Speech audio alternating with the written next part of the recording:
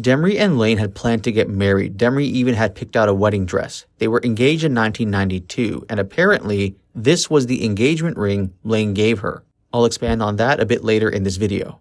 Now, unfortunately, the wedding never happened.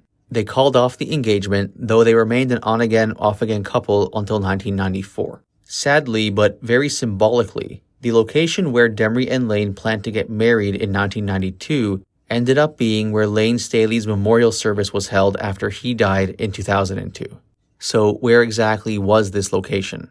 To the west of Seattle is Bainbridge Island. Bainbridge Island has several connections to the biggest bands in grunge. For instance, Nirvana drummer Chad Channing and Soundgarden bassist Ben Shepherd are both from there. Just to the left of Bainbridge Island across the water is a small city called Poulsbo. They were going to have their wedding there at a local wedding hall. Now, I don't know if the wedding dress Demri's wearing here in this photo is the exact dress she picked out for the wedding. However, given the length of Layne Staley's hair, this photo had to have happened in either 1991 or earlier, maybe at most early 1992, because after that point, Layne's hair was much shorter. Given their engagement was in 1992, the timeline does seem to possibly add up, so this could very well be the exact wedding dress she was gonna wear. Now, interestingly, Layne's bandmate Mike Starr apparently was going to be the best man at their wedding. Mike Starr having been the original bassist in Alice in Chains who, unfortunately, like Layne and Demri, would eventually succumb to drugs. Now, according to various sources online, this was the actual engagement ring Layne Staley gave to Demri Parrott. This type of ring is called a claddagh ring.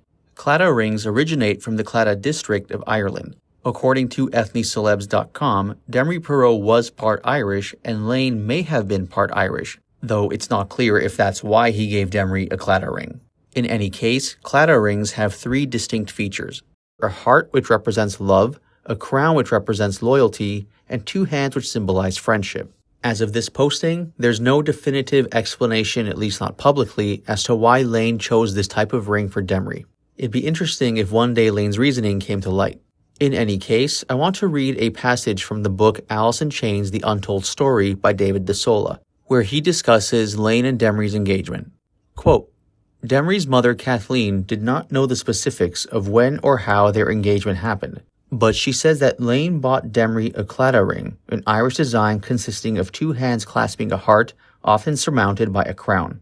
Kathleen recalled that Layne and Demri went to see her at the Harborview Medical Center in Seattle, where she worked, to tell her of their engagement, adding, quote, and then they had a big engagement dinner down at the old spaghetti factory. This is corroborated by Layne Staley's stepfather, Jim Elmer, who recalls that the two families went out to dinner to celebrate the engagement together.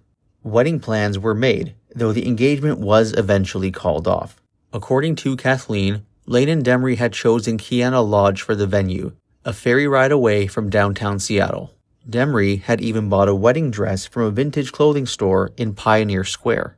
Layne Staley's close friend Johnny Bacolis remembers that one time while working at his father's Greek restaurant in the U District in Seattle, Layne Staley, Mike Starr, and Demri came to see him. Layne told him that they were engaged. He also recalls Mike taking a shot of whiskey and saying, I'm gonna be the best man. He's my bro. I'm gonna be his best man at the wedding. For his part, Johnny Bacolis assumed what Mike Starr was saying was true, given the fact that Layne Staley and Demri were right there. In terms of Layne's demeanor, Bacolis recalled, they seemed happy. It just seemed logical because he loved her and that was the next logical step.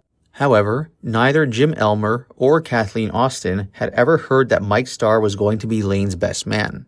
It never got that far, Kathleen said. There wasn't a specific wedding date. There were colors picked out and nobody told them to me, but I do know that Layne and Demri were very happy at the time. End quote. So why exactly did they call off their engagement in 1992?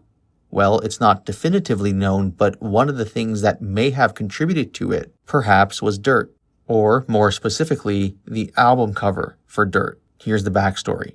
One particular episode which hurt Layne's relationship with Demri was the album cover for Dirt. Released in 1992, Dirt is considered by many as Alice in Chains' best album. The album cover for Dirt is one of the most iconic images in grunge history. The album cover features a young woman laying on her back on a cracked desert floor, her body partially buried underneath. The model in the image looks like Demri, but it isn't her. The model on the album cover is Mariah O'Brien. According to Demri's mother, Kathleen Austin, Demri was hurt that the band hired a model who looked like her to be on the cover. The following is a quote from Kathleen Austin.